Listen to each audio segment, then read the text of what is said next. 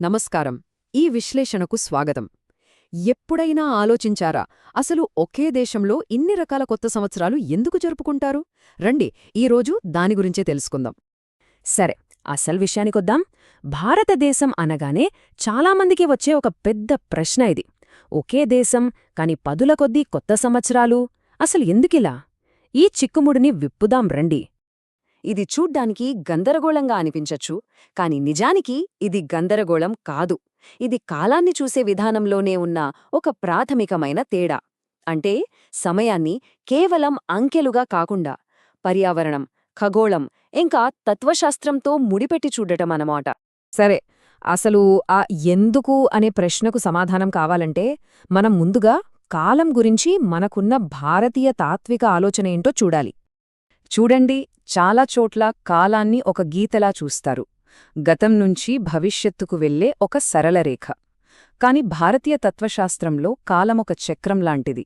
అంటే సృష్టి, స్థితి, లయ అన్నీ మళ్ళీ జరుగుతూనే ఉంటాయి.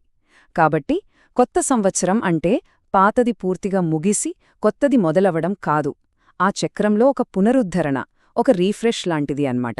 ఇక్కడ ఇంకో చాలా ఆసక్తికరమైన విషయమేంటంటే, ఈ క్యాలెండర్లు కేవలం రోజుల్ని, నెలల్ని లెక్కపెట్టవు. అవి ఒకేసారి ఎన్నో కాల ప్రమాణాల్ని ట్రాక్ చేస్తాయి. అంటే ఓవైపు విశ్వం స్థాయిలో యుగాల్ని, ఇంకోవైపు సూర్యుడి గమనాన్ని బట్టి ఋతువుల్ని, చంద్రుడి కళలను బట్టి తిథుల్ని, ఆకాశంలో నక్షత్రాల స్థానాల్ని బట్టి నక్షత్రాల్ని, చివరికి మనం చేసే వ్యవసాయాన్ని కూడా. ఇలా అన్నింటినీ ఒకేసారి గమనిస్తాయి. ఉదాహరణకి ఈ విశ్వ పొరనే తీసుకోండి.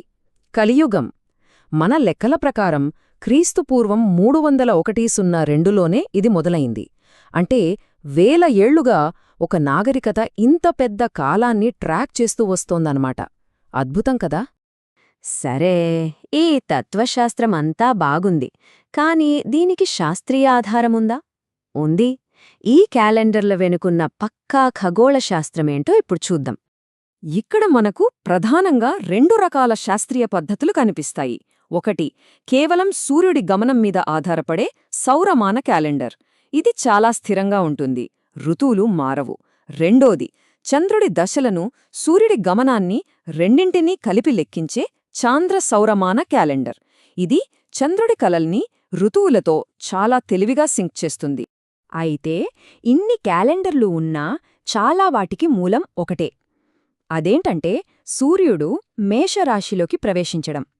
ఇది సాధారణంగా ఏప్రిల్ మధ్యలో జరుగుతుంది.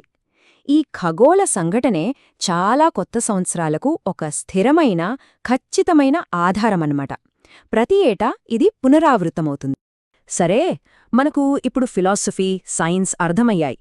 ఇక అసలు విషయానికొద్దాం. భారతదేశంలోని వివిధ ప్రాంతాల్లో ఈ కొత్త సంవత్సరాల్ని ఎప్పుడు, ఎలా జరుపుకుంటారో ఒక చిన్న టూర్ వేద్దాం రండి. ఈ పండగలన్నీ ఎప్పుడంటే అప్పుడు రావు. అవి కొన్ని సమూహాలుగా వస్తాయి.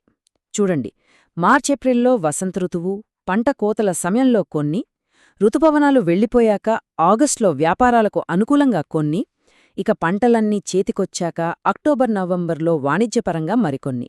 అంటే ప్రతి పండగ వెనుక ఒక వ్యవసాయ, వాతావరణ, వాణిజ్య కారణముంది. అన్నింటిలోనూ ఈ మార్చి-ఏప్రిల్ నెలలు చాలా ప్రత్యేకం. ఎందుకంటే ఖగోళపరంగా ఇది వసంత విషువత్తు సమయం, వ్యవసాయపరంగా రబీ పంట కోతలు పూర్తయ్యే టైం, ఇక సాంస్కృతికంగా చలికాలం ముగిసి ప్రకృతి కొత్తగా చిగురించే సమయం. అంటే ఇది ఒక పునర్జన్మకు చిహ్నం. అంటే ప్రతి సందర్భానికి ఒక క్యాలెండరుందన్నమాట. ఉగాది, గుడి పడ్వా లాంటివి చాంద్ర సౌరమానాన్ని పాటిస్తే, విషు, వైశాఖి లాంటివి పూర్తిగా సౌరమానాన్ని పాటిస్తాయి.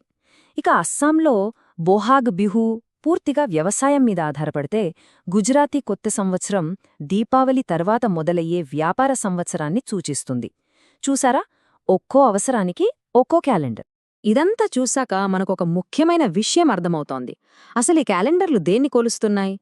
మన రోజువారీ పనుల కోసం, అంటే బ్యాంకులు, ఆఫీసులు, టెక్నాలజీ కోసం మనం గ్రెగోరియన్ క్యాలెండర్ను వాడుతున్నాం.